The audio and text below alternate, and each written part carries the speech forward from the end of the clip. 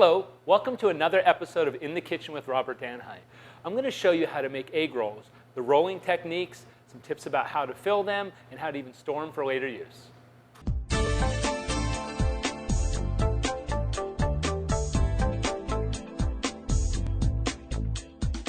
Egg rolls, one of those classic American Chinese dishes, created here and in the US, and is it over in Asia now? You actually do see egg rolls over there. The most important thing is the wrappers, which we've talked about, the thickness of them, the shape of them, coated with the cornstarch, everything's there. But the filling, let me give you a few tips on that. First of all, you can have a cooked filling or a raw filling. The traditional filling is actually usually cooked, and it's a mixture of shredded cabbage and carrots, cooked and then drained. The reason you cook it ahead of time is to expel that moisture so when they fry they don't blow up, important, or get soft.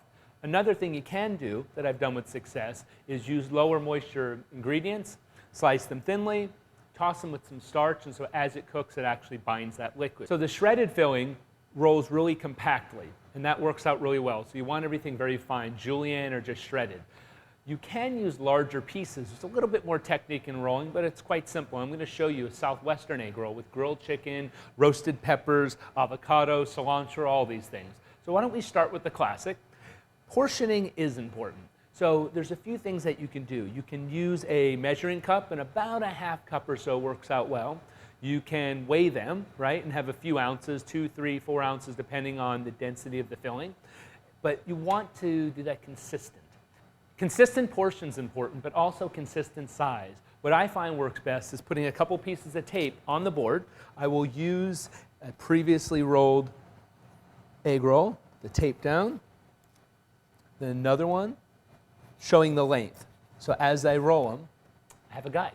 When I put it down here, I will put the point facing upwards. If it's ripped or something, no worries, just put it towards the bottom.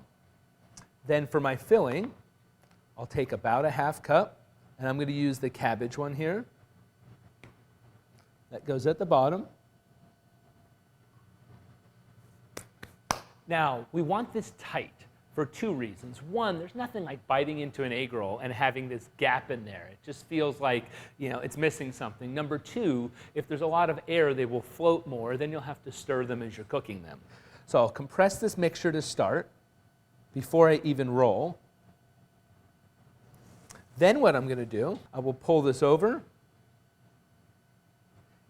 pull it back so it's taut, so it's tight. And then as I'm rolling it, I want to keep pushing it to get tighter and tighter, so I'll roll.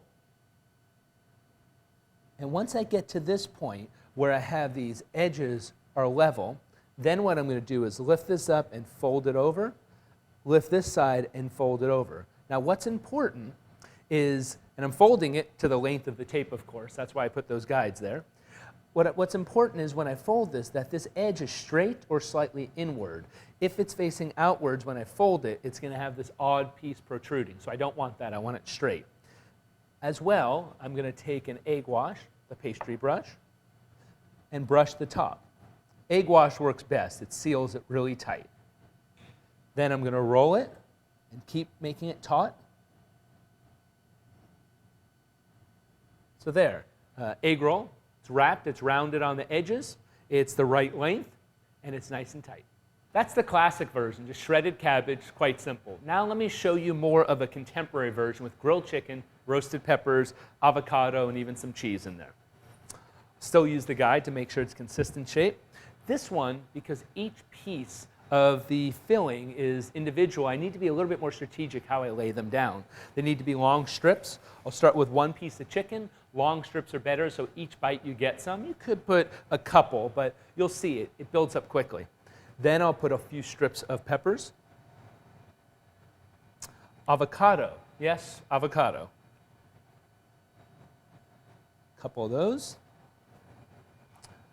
Some shredded cheese. Could put a block of cheese, pepper jack, mozzarella, cheddar, whatever works for you.